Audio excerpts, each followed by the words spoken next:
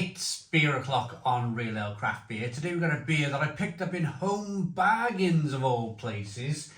It was around the £2.25 mark. I have had it in my fridge for about a month or so, lost the receipt, but I seem to remember it being, if this was £4 in Home Bargains, I think I would have left it on the shelf. If it was £3 in Home Bargains, I still probably would have left it on the shelf. So, and I know for a fact that Home Bargains have a price structure with their beers. They want you to see it, look at the price, pick it up, stick it in your trolley, forget about the rest of it. And they have some American beers in Home Bargains that do exactly that. Some tailgate beers, some fantastic kind of American lagers there, craft lagers. And they're all about the £2.25 price point. So I'm going to go with that theory, that thinking, that this beer is about that sort of price range from Home Bargains in 2023. It is Siren Craft Brewery's Squeezie Guava Tropical Pale Ale. It's 4% ABV, 440 milliliter can. Siren, based in Berkshire.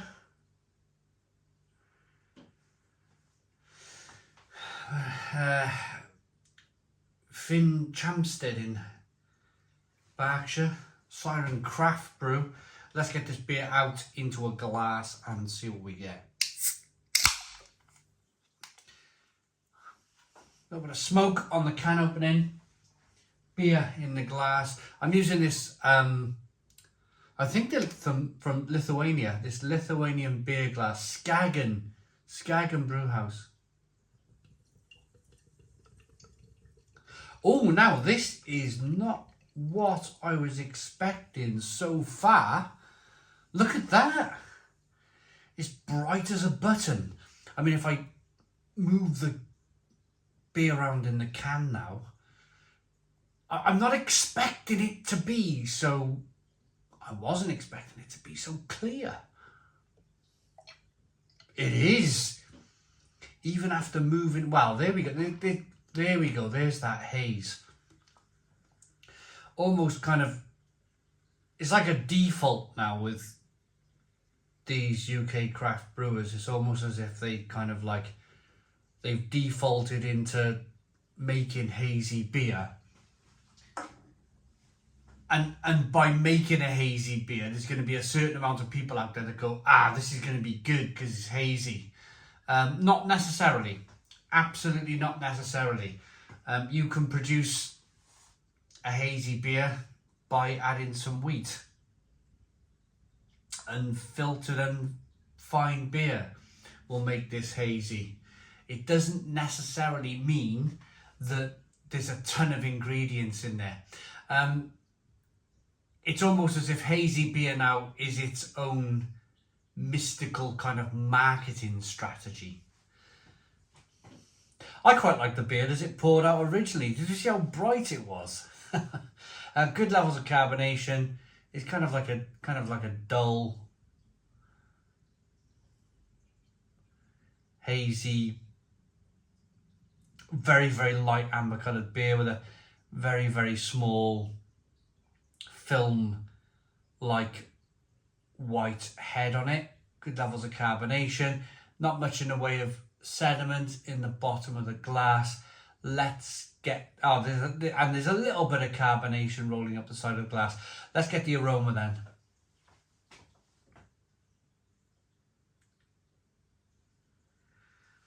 It smells okay.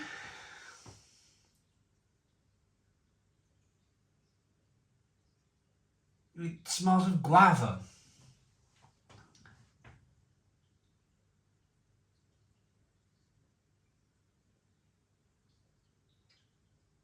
Light, kind of crispy like in the aroma. If you like these big fruity pale ales, then this could be for you. What did I say? 4% ABV. let's dive in. Cheers, everybody.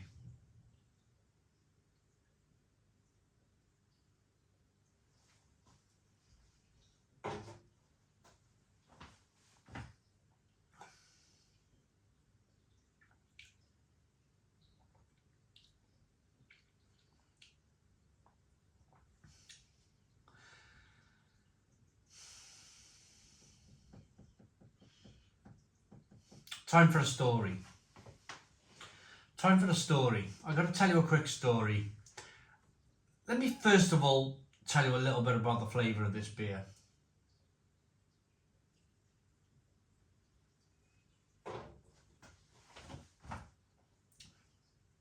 First of all, you get a bit of hiss and fizz of carbonation that pushes the beer on the inside of the mouth. It's refreshing, it's drinkable, tastes like tropical fruit juice. It really does. And that's about it. There's not much in the way of malt. There's not much in the way of hops. This is like a tropical fruit, Fanta style alcoholic drink that seems to be doing quite well. Now, story time.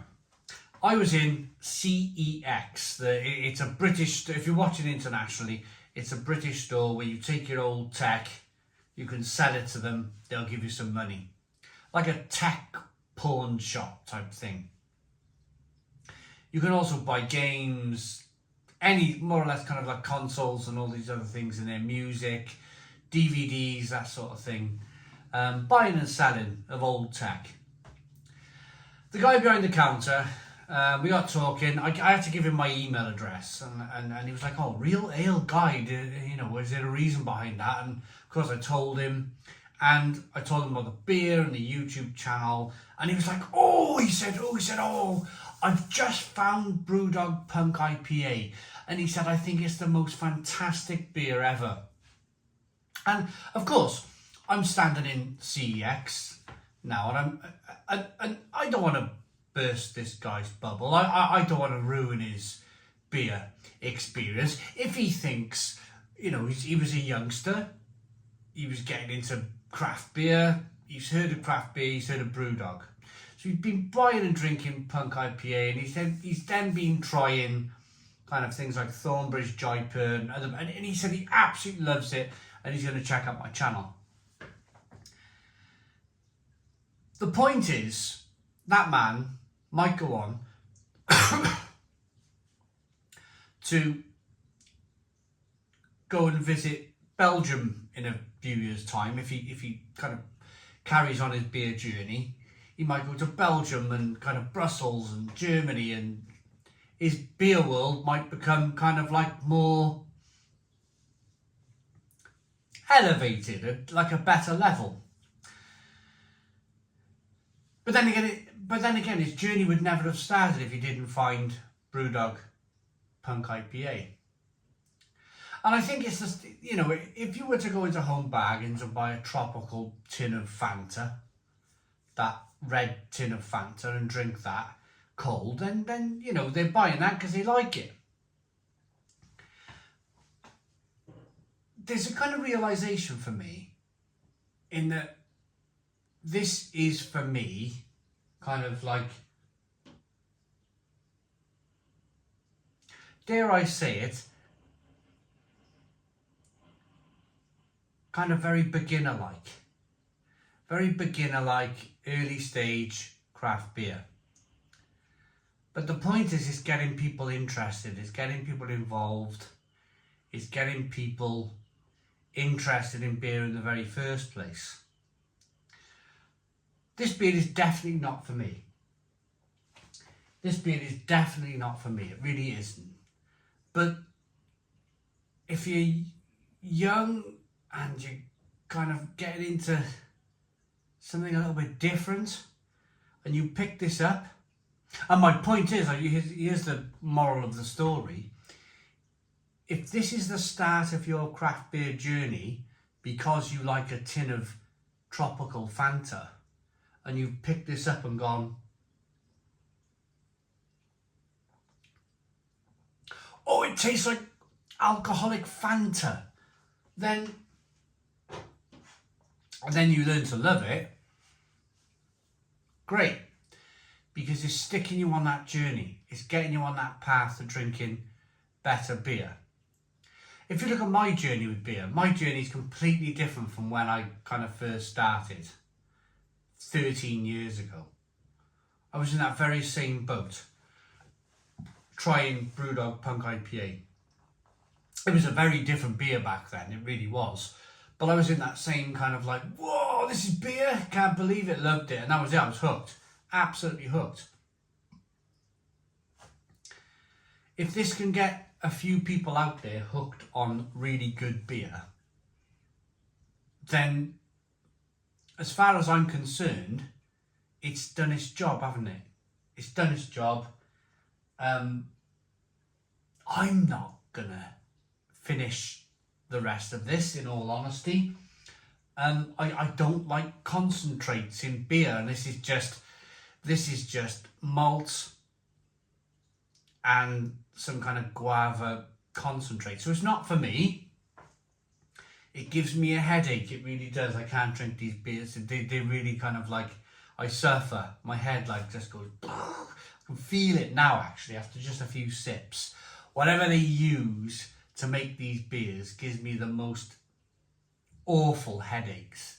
So I can drink, I'll have a few sips of it. And I'll say it's not for me.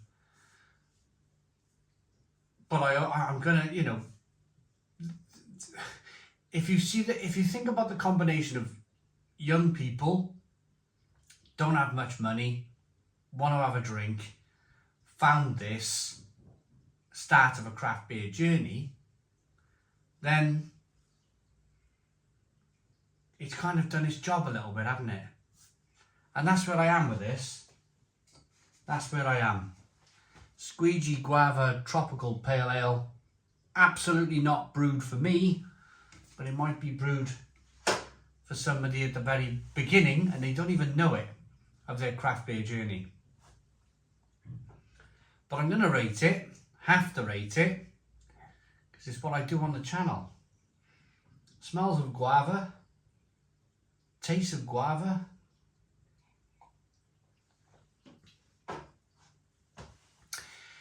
There's nothing wrong with it. There's no off flavours. There's no offensive flavours there. There's nothing wrong with the beer. It's just not for me. 5 out of 10. 5 out of 10 from Real Ale Craft Beer. Please put your comments in the comments box. Subscribe to our daily beer and food reviews. Give us a big fat thumbs up. Boom. Cheers.